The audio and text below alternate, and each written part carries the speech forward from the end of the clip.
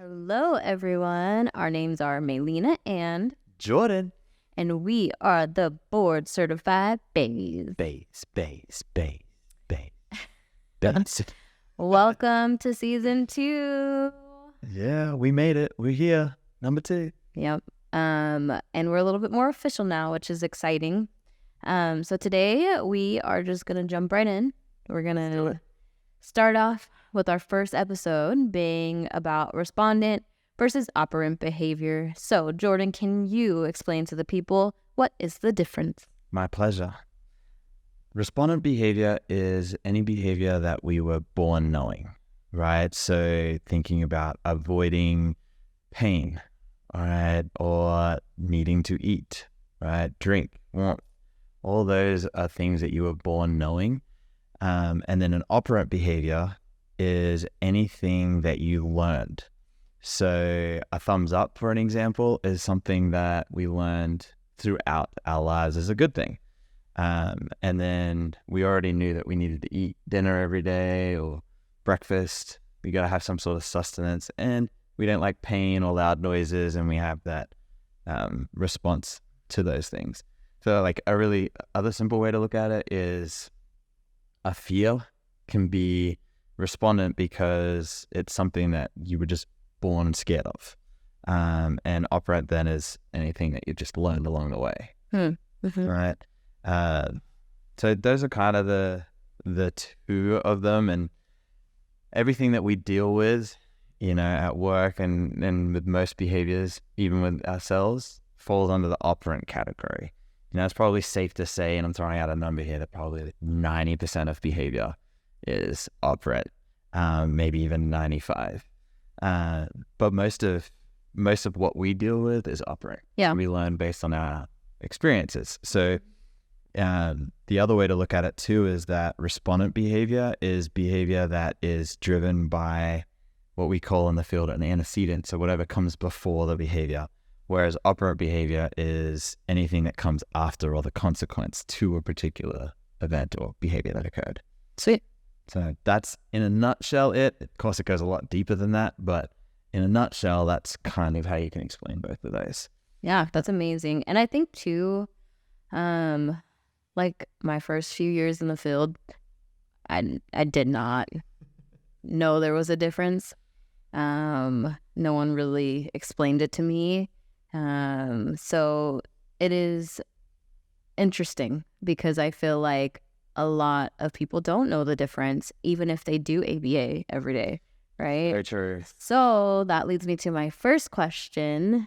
Do you think it's essential for our staff to know the difference between respondent and operant behavior, or do you think that's something just us as BCBAs should know? No, I definitely think the staff should know too. I think as a reflection, it just shows that us as BCBAs aren't necessarily doing what we're supposed to be doing and teaching that to start with.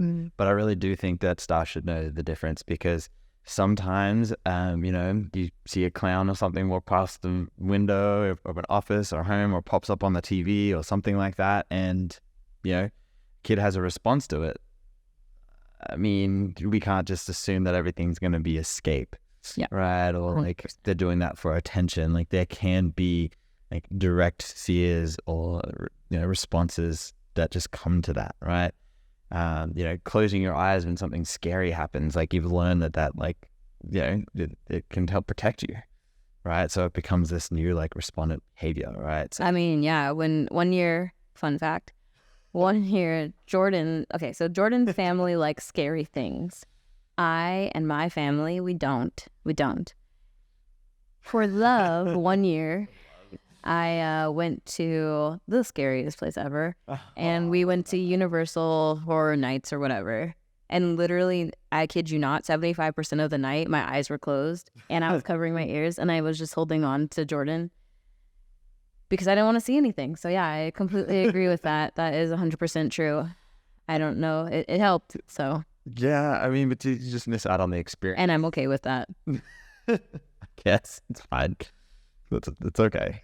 You don't need the experience, I guess. It's behavior is fun. Like once you really like get to understand all these like different aspects that make up behavior, because it's a really complex type of science to look at all of this stuff. And getting to know it is what I think is really fun, and trying to like see like, okay, it could be because of this, it could be because of that.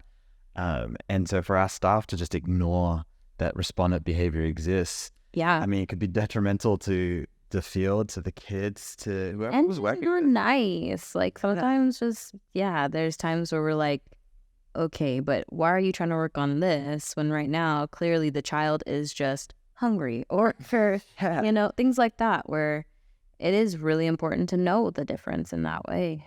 Yeah, I think it is. It's surprising how many, people that you come into contact with that have been in this field for quite some time, and they don't know the difference very well. Yeah. And it really makes you wonder, like, how has this affected some of the people you've worked with? Because, being afraid of something is natural. Like, so many people are afraid of snakes. So many people are afraid of heights. So many people are afraid of getting on a plane. It's like not single to just our demographic, but you've come a long way.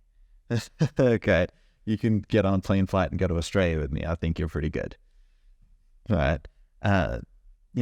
So I just think that it's something that as a field we should do better at making sure that everyone knows, because it happens so much. And so many people actually, they use this example all the time, right? So like as a question, why are you afraid of being in a plane? It's just like a big piece of metal floating in the sky. It doesn't make sense. Like scientifically, very sound, whatever. It does not make sense. Okay. I'm like, oh, cool. I'm in a piece of metal just floating. And what's keeping me up here right now? Air. Okay. All right. Fair enough. So like when I'm doing trainings and stuff and training staff, I get a lot of staff that say that they are afraid of heights, right? Or that they just... I mean, that's part of it, right? Like the thought of falling out of the sky. Sure. Right. And so I'd ask them, like, are you afraid of heights? And, a lot of people would say yes. And then I'd ask them, like, okay, the tallest building I could think of at the moment was like the Empire State Building. Right. And I'd say, like, well, if I told you, like, hey, we're going to go to the top of the Empire State Building and we're going to look off, lean over the edge and like look down, like, would you do that with me? And everyone's response is like, no, never. You couldn't get me to do it. Right. And I'm like, okay. All right, you might be afraid of heights, and then I change it, and then I flip and add a consequence to it. And I'm like, hey, so what if I gave you the same example? I say, I'll pay you $1 million to do it. They're like, okay, yeah, sure. Where do I sign? I'm like, okay, so then you're not actually afraid of heights because, you're the consequence of knowing that money is reinforcing or is a good thing to you will like change your mind. Fears don't just go away with that. Where it's just somebody that's truly afraid of heights, getting them to look out of the second story window would be extremely excruciating for them. Getting in an elevator, all those sorts of things. It's heights can be not a preference for some. My mom's afraid of heights. Sounds like a joke, but it's true. It is. She is. And I know that because as a child, I accidentally put her on a ride that had heights involved, and she screamed the entire time in a panic, right? So like you can really see the difference. And I wouldn't have known that, not knowing behavior and stuff now like I do. So that kind of made the difference of knowing that, oh yeah, that was probably a traumatic, and in the language you always use, a core memory for her because of how painful it was for her. So there's just there's ways to look at it and ways to tell, and I always use that example because nobody like really wants to, look over the edge of something really high where they could potentially fall, but it's completely safe, I'm sure. And then will quickly change their mind, right? It's just a quick way to show that it's not necessarily a fear, it's more so something that you've learned to escape having to do those sorts of things, right? Which puts it in that operant category. So, also when we talk about like staff, just to go back to your question, I can't help but like think about like their respondent behavior to behavior. So if a kid's having a hard time, just being like instantly like, "Ah," like, and freaking out, whether they say something or they just like act that way. And like, you might see it on their face, and we can communicate a lot non-verbally, right? Yeah. Without saying any words. But then like we get into this state of just sheer panic, and you can see it in the face, and kids can just feed off of that. Like, oh, you're scared of me right now? Or like, oh, let me see what I can do to you, and things like that. And that is like probably one of the hardest things to teach staff not to do. Oh yeah. Right. We had this period of time where I know you said you love it too, is wearing a mask because of COVID. Like, got to hide like this whole portion. I mean, I didn't love it. It's just that my face does things and shows how I'm feeling sometimes when I'm not meaning to. That's the only part that I miss about it. But other than that, I do not miss wearing a mask. That's fair. When it comes to our kids and stuff, it's beneficial for them. Yeah, because they don't get to see it. And then we have to look at the detrimental side of that, and they miss social cues now. So, I mean, that part is hard. So, but I think staff not knowing the difference between the two and just having that response when they see behavior is really hard for me to handle. I'm like, why are you not in control of yourself? Yeah. But it goes back to that respondent and operant. Things that are just outside of their like control is fearful, and that causes them to respond in a certain way. And that's where we get the respondent behavior. Yep. So on to the next question for you. Why do you think it would be important for or beneficial for couples to know the difference between these, right? Do you think it's important? I think it is important. I think two things. I think one, it's important for us to be aware of our own, first and foremost, respondent versus operant behaviors, but also to bring our spouse into that with us. So I feel like for me, like I am always an advocate for like talk therapy, like for everyone. I think everyone can benefit from it. That's just my personal opinion. Yes, it is. But I stand by that 100%. That everyone could benefit from that. And I think part of what I've learned through going to therapy is, one, becoming aware of things and how I react to certain things, that respondent behavior, right? That I didn't realize that I had towards certain things or certain situations or, just things. And I think that me being aware has helped you become aware of some of the things. And I'm like, I don't know why this happens, but this is what happens, like to my body, like physically, right? Like if I have anxiety and I'm like, okay, this is what's going on, right? Like now bringing him into that. So now like if I'm breathing a certain way, or if I'm, I don't know, just catastrophizing things, whatever, like now Jordan's aware more so of those things. So I think, it's important for you to know for yourself what your respondent versus operant things are, but I think it's also important for then you to bring your significant other, your spouse, whoever you're close with, into those things as well, because I feel like it also gives a better understanding of the individual, or maybe of things that we do that trigger each other in certain ways. Does that make sense? No, it does. And I mean, I think a big part of it is like we only know what we know, right? Like I can't begin to fathom what's going on, behind your eyelids and in your mind, right? Without those like insights to those sorts of things. So like knowing that we only know what we know, either whether that's about ourselves or about our significant other, I think, you or talk about myself would have to know those things so that I could share them and make them easier for you to understand. Yeah. I think, without doing that self-reflection, that little bit of work, we might not know why our, triggered responses to certain things or things like that. I think it's important to do that little bit of self-work. Yeah. Absolutely. So whether it's with a therapist or whether it's by yourself, just looking inside. And this is a debate that we will always have. Sure. I mean, I got nothing against.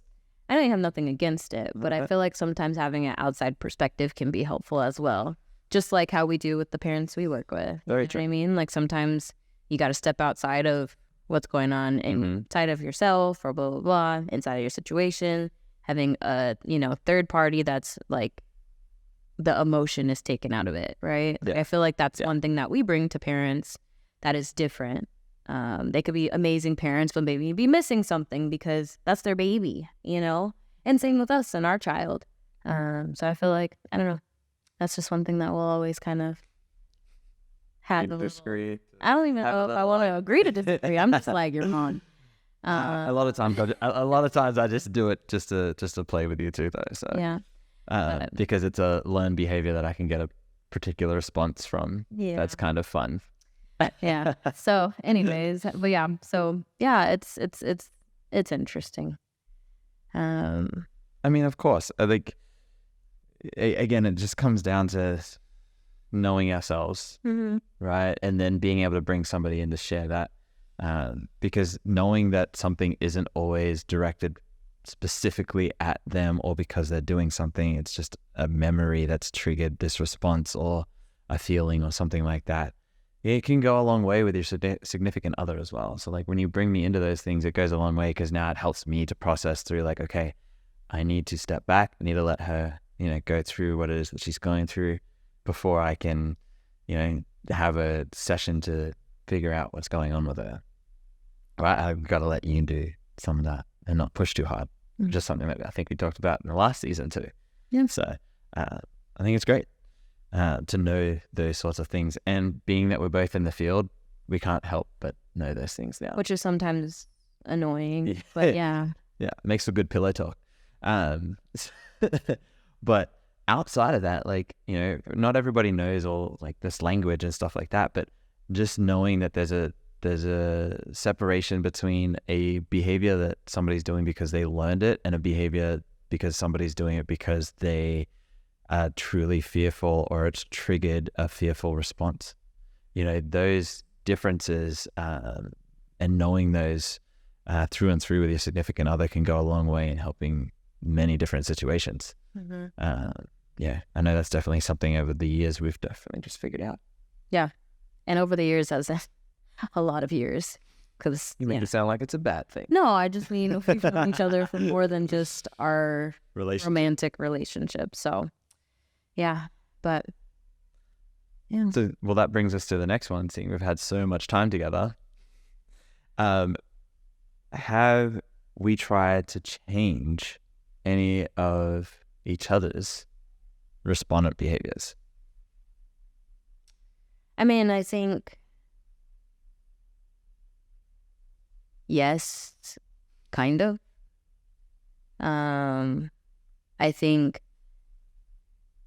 am I allowed to share? Like, sure. Okay, so I would say for you, it would be probably getting you to not like shut down and move on. Like I feel like you that is how you would safeguard yourself, is like just like shut down and move on. And now obviously you can't really do that because then I don't know what the heck is going on. So I feel like over the years you've been able to finally kind of like start to talk about things.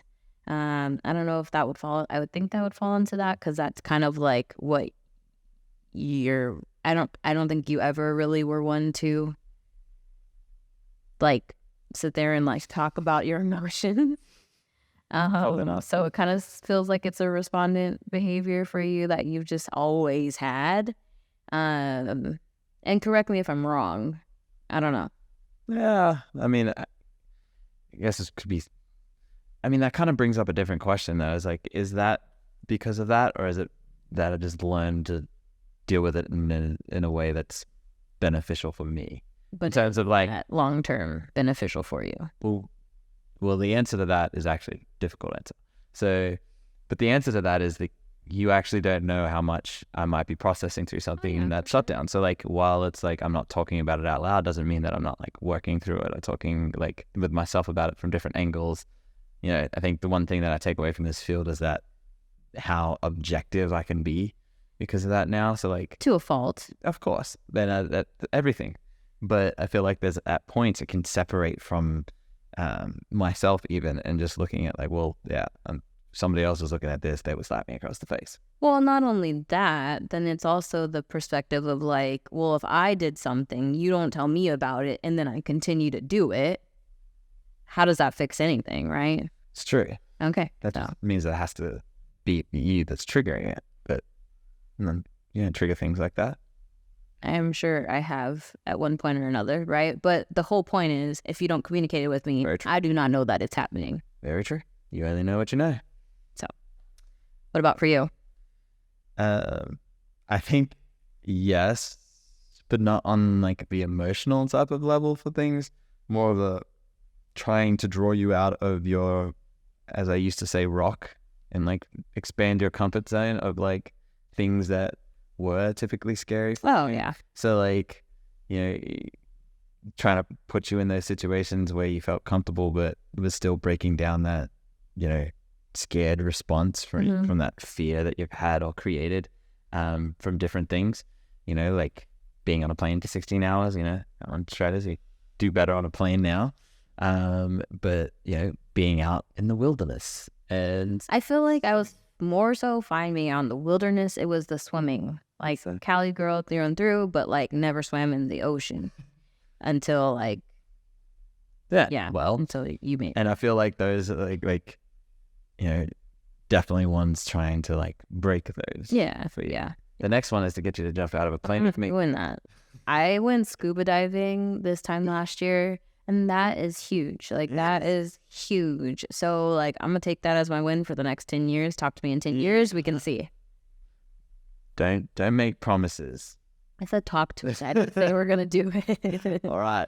But no, that makes sense. All I want for Christmas is you to jump out of a plane. Especially not this year. Okay.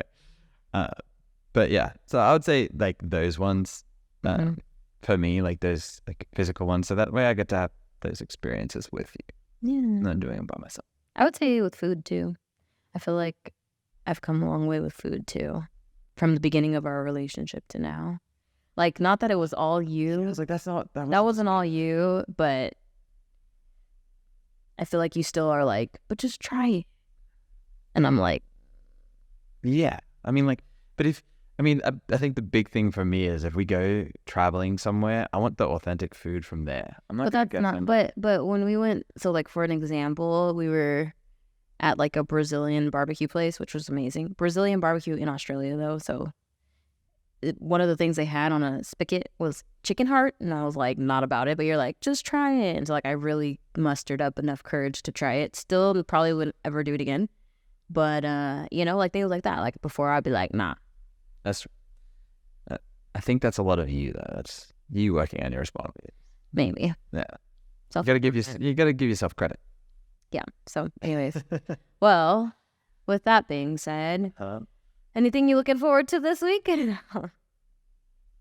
That it's a different week. Yeah. I don't think this next week is going to be as interesting and busy as the last one. Anyone else work in the clinic and feel like it's just always chaotic? Yeah. Raise your hand. A little over chaotic and for various different reasons. And I just think that this week is going to be calmer. Maybe that's just me putting it out there and hope for. Mm-hmm. But either way, we're going to get there. Yeah. I hope. We'll get to the end of the week. Sweet. What about you? I have no idea. I don't think I know what's even happening this week. So yeah, what am I looking forward to? I don't know. Oh, we're taking on toileting with some friends this week. I guess that'll be fun.